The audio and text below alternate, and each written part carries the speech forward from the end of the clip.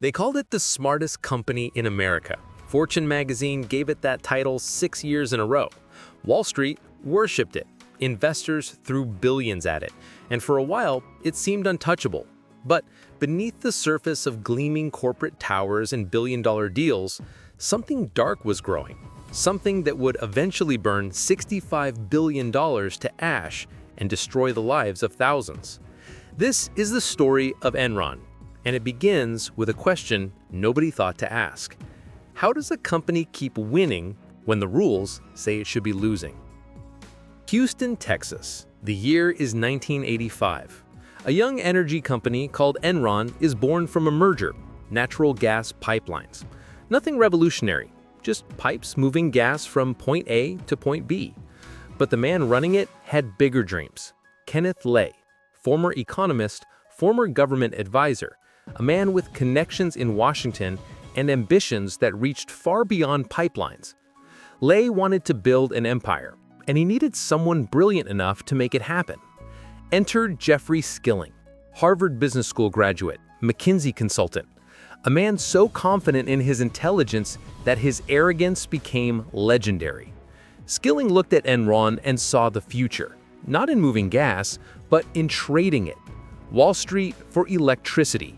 It was bold, it was innovative, and it required one very dangerous thing: creative accounting. Skilling brought with him a secret weapon: mark-to-market accounting. Instead of recording profit when you actually made money, you could record it the moment you signed a contract. Sign a 20-year deal? Book 20 years of profit today. It didn't matter if the money never came. It didn't matter if the project failed. On paper, you were already rich. And Enron convinced the SEC to let them do it. That decision changed everything. Suddenly, Enron was a money-printing machine. Every new deal meant instant profit. Stock prices soared. Analysts called Skilling a genius. But behind closed doors, the real cash flow wasn't matching the reported profits. Projects were failing, deals were collapsing, and someone had to hide the losses. Andrew Fastow, Chief Financial Officer, a man who understood that numbers could be bent, twisted, and hidden if you were clever enough. Fastow created special-purpose entities, hundreds of them, shell companies with names like Chuco and LJM. On paper, they were independent. In reality, Fastow controlled them. Enron would transfer its debt to these entities. Suddenly, the debt disappeared from Enron's books. Suddenly, Enron looked profitable.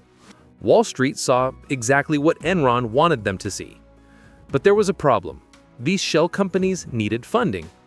Fastow had a solution that would make him millions while breaking every ethical rule in corporate America. He invested his own money into the entities. He became both the CFO of Enron and a private investor profiting from deals Enron made. It was fraud dressed in a suit and tie. And nobody stopped him. The board knew. They approved it. The auditors knew. Arthur Andersen, one of the biggest accounting firms in the world, signed off on everything. They were making millions in consulting fees. The banks knew. Merrill Lynch, JP Morgan, Citigroup. They all helped structure these deals. They all made fortunes. And they all looked the other way. By the late 90s, Enron was unstoppable. Stock price climbed from $10 to $90. Employees became millionaires on paper. Kenneth Lay appeared on magazine covers. Skilling was hailed as a visionary. The company expanded into everything: broadband, water, weather derivatives. If it could be commoditized, Enron wanted to trade it. But underneath the empire, the foundation was rotting. In 2001, a reporter named Bethany McLean asked a simple question in Fortune magazine: how exactly does Enron make its money? Nobody could answer.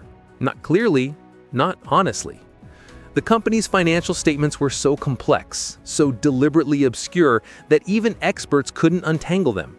McLean's article was polite, cautious, but it planted a seed of doubt. Then came the whispers. Vice President Sharon Watkins sent an anonymous letter to Kenneth Lay. She warned him that Enron was an accounting scandal waiting to explode. She begged him to come clean before it was too late. Lay did nothing. he protected the lie. By August 2001, Jeffrey Skilling suddenly resigned. No explanation, no warning, just gone. The man who built Enron's empire walked away. And when reporters asked why, he smiled and said everything was fine. The stock was still strong. But those who looked closely saw the cracks forming. Fastow was fired in October. The SEC opened an investigation. And then, on November 2nd, Enron made an announcement that sent shockwaves through Wall Street. They were restating 5 years of earnings. Billions of profit had never existed. It was all fiction, all smoke and mirrors. And the empire that took 16 years to build began to collapse in 16 days. But here's what nobody knew yet. Hidden in the wreckage of Enron's fall was something far darker than accounting fraud. Something that involved not just executives, but politicians, energy markets, and a conspiracy that reached into the highest levels of American power. A secret so dangerous that people would later ask, was Enron just a corporate scandal, or was it something much worse? December 2001. Enron filed for bankruptcy. At the time, it was the largest corporate bankruptcy in American history. 20,000 employees lost their jobs overnight. Their retirement savings, invested almost entirely in Enron stock, evaporated. Life savings, built over decades, reduced to nothing.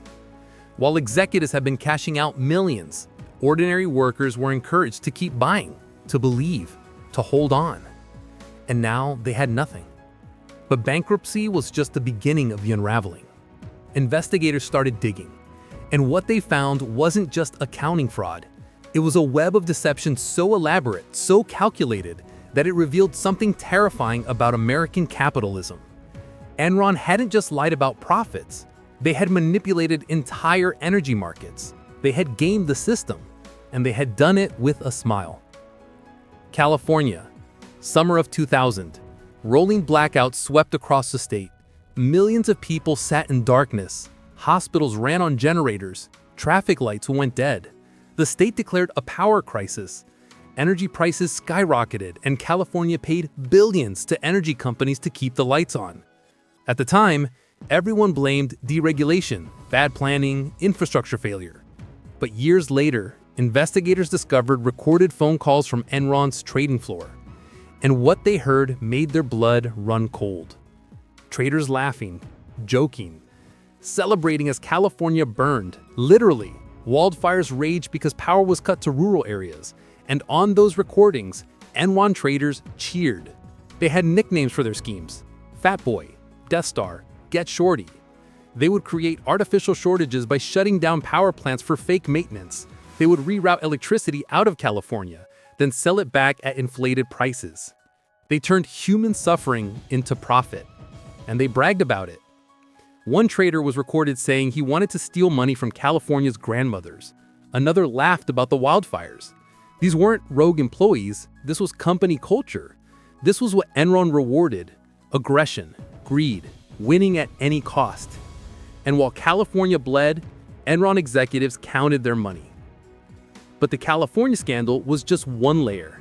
Deeper still was the question everyone kept asking: how did they hide it for so long? How did Arthur Andersen, one of the most respected accounting firms in the world, miss billions in fraud? The answer was simple. They didn't miss it. They helped create it. Arthur Andersen wasn't just Enron's auditor. They were also Enron's consultant. They were earning over $50 million a year from Enron. They had people working inside Enron's offices, embedded in the finance team. The line between auditor and client had disappeared. And when investigators started closing in, Arthur Andersen did something that sealed their fate. They shredded documents, tons of them. For weeks, employees at Andersen destroyed evidence. And when the government finally raided their offices, most of the paper trail was gone. But some things couldn't be shredded: emails, digital records, testimonies from people who knew the truth. And slowly, the full picture emerged. The executives had known, all of them. Kenneth Lay sold $300 million in stock while telling employees the company was strong. Jeffrey Skilling sold millions while insisting everything was fine. Andrew Fastow made $30 million from his illegal side deals. They weren't just fraudsters, they were predators, and they had gutted their own company for personal gain. The trials began. Fast out cut a deal, 6 years in prison in exchange for testimony. He admitted everything: the shell companies, the fake profits, the lies. He stood in court and described how they had built a house of cards and convinced the world it was made of steel. Skilling went to trial. He showed no remorse. He claimed he had done nothing wrong, that mark-to-market accounting was legitimate, that he was a visionary punished for being ahead of his time. The jury didn't buy it. Guilty on 19 counts, 24 years in prison. Kenneth Lay was next, the man who had built Enron's reputation, the man who had connections to presidents and senators. He was found guilty on 10 counts of fraud and conspiracy. But he never went to prison. Before sentencing, he died of a heart attack. Some called it convenient, others called it karma. His conviction was vacated because he died before appeals. Technically, in the eyes of the law, Kenneth Lay died an innocent man. Arthur Andersen didn't survive. The firm was convicted of obstruction of justice, their reputation destroyed. Within months, they collapsed. 85,000 people lost their jobs worldwide. One of the big 5 accounting firms reduced to nothing. The conviction was later overturned on appeal, but it didn't matter. The damage was done. And then came the larger questions. How did the system fail so completely? How did Wall Street analysts give Enron glowing reviews until the very end? How did credit rating agencies call Enron investment grade days before bankruptcy? How did regulators miss the warning signs for years? The answer was uncomfortable. Everyone was incentivized to keep the lie alive. Analysts worked for banks that made money on Enron deals. Rating agencies were paid by Enron. Regulators were underfunded and outmatched. And the culture of Wall Street rewarded not truth, but profit. Enron wasn't an anomaly, it was a symptom. In the aftermath, Congress passed the Sarbanes-Oxley Act. New rules, tougher oversight, jail time for executives who lied. It was supposed to prevent another Enron. But less than a decade later, the 2008 financial crisis proved that nothing had really changed. Different players, different schemes, same greed. Today, Enron's a ghost. The headquarters in Houston is owned by someone else. The logo is gone. The employees scattered. But the lessons remain.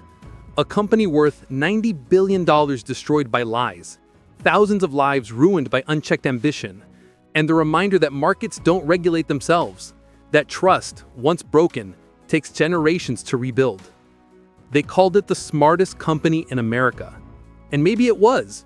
Smart enough to fool everyone. Smart enough to hide a $100 million scam in plain sight. Smart enough to nearly get away with it. But not smart enough to escape the truth.